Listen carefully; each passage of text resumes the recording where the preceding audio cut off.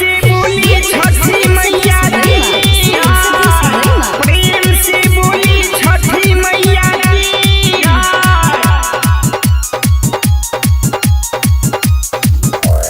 हर साल छठ पूजा तोहर हमहू करबा हे मैया,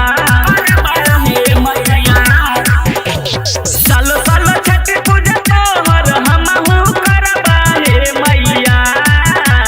होई जतरनिया का बेटा का कोनिया चढ़ैबा हे मैया, होई जतरनिया का बेटा का औरत बेटा हे मैया, होई जतरनिया का बेटा का औरत बेटा हे मैया। प्रेम से बोली छठी मैया की,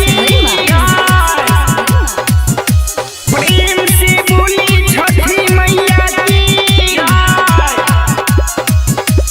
गाँव भर के लोग सब कहे छ बजनिया, कहे छ बजनिया हो, कहे छ बजनिया।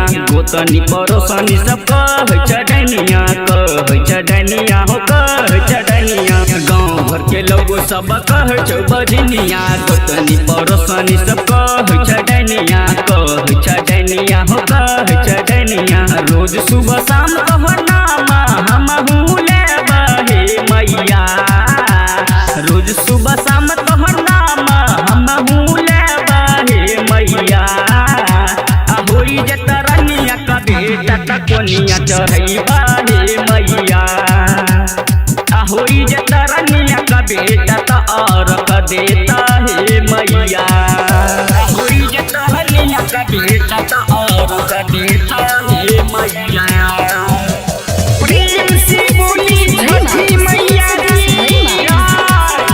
प्रेम से बोली छठी मैया की।